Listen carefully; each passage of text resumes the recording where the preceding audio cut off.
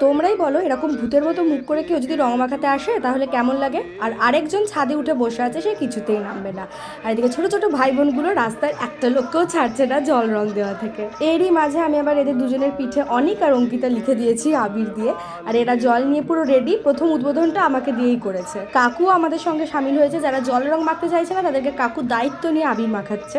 রাই and তার team এসেছিল আমাকে রং মাখাতে, উল্টে রাইকেই দেখো কিরকম নাকানি চোবানি খেতে হয়েছে। তারপর আমরা সদলবেলা গেলাম দাদামণিকে রং মাখাতে, গিয়ে দেখি সে চান টান করে ছাদে উঠে দরজা লক করে বসে আছে। সেই থেকে সবারই মুখ বেজার হয়ে গেছে। বাট অনেক জোরাজোরির পর দাদামণি যদিও বা নামলো, যেই ভূত রংটা দিতে গেছি ওর ছুটটা জাস্ট একবার দেখো।